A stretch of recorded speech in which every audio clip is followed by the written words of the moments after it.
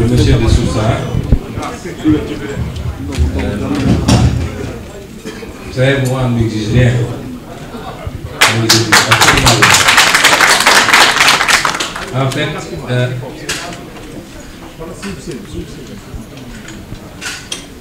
des gens sont venus portant des messages, des contacts pluriels ont eu lieu, et autour de 3 points de discussion.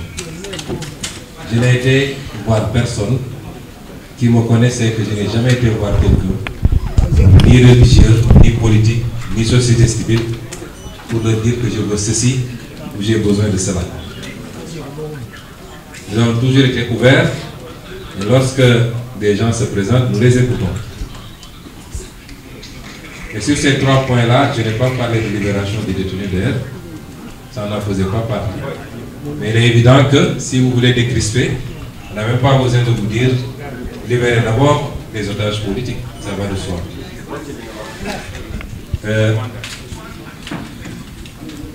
Il n'y a pas eu d'exigence. Il m'a été dit que sur proposition, d'ailleurs, c'est comme ça qu'on l'a présenté, sur insistance de membres de l'opposition et quelques personnes de la société civile, il était proposé de reporter les élections pour notamment que quelqu'un comme moi et un autre candidat puissent réintégrer le jeu.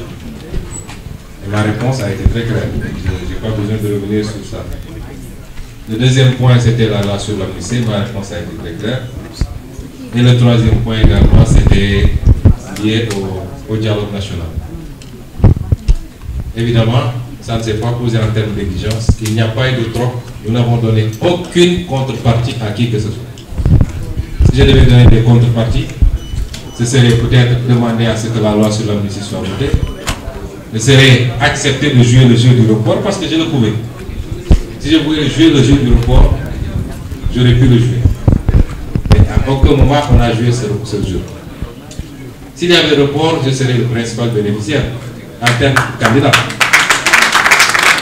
Parce que nous avons un candidat qu'on a mis en scène parce que simplement le candidat titulaire indiscutable au sein du parti avait été écarté.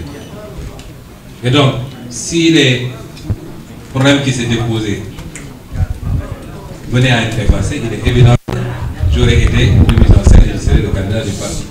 Et ça ne poserait aucun problème parce qu'avec Bassirou, on en discutait tous les jours là où nous étions. Et je tiens à lui rendre hommage parce que jusqu'au dernier moment, il a souhaité cela.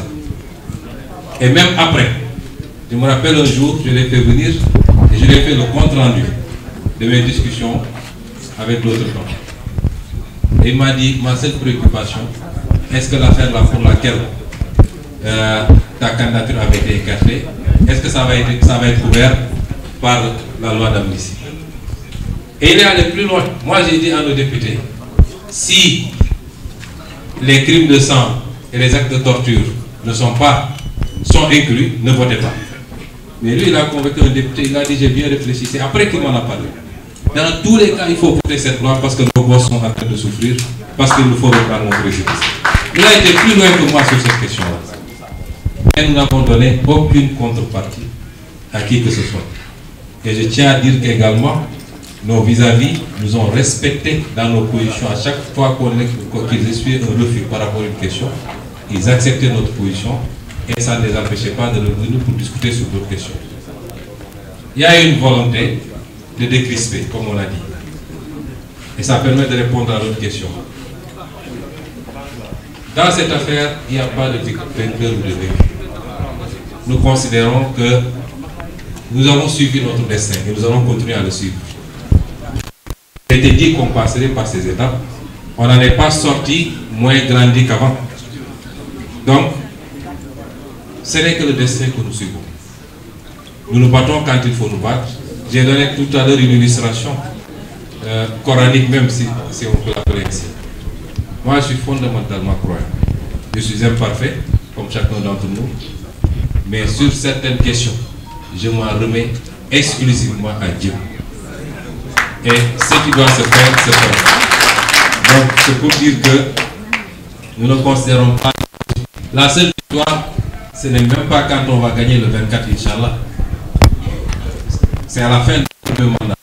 Et on verra quelle appréciation est faite.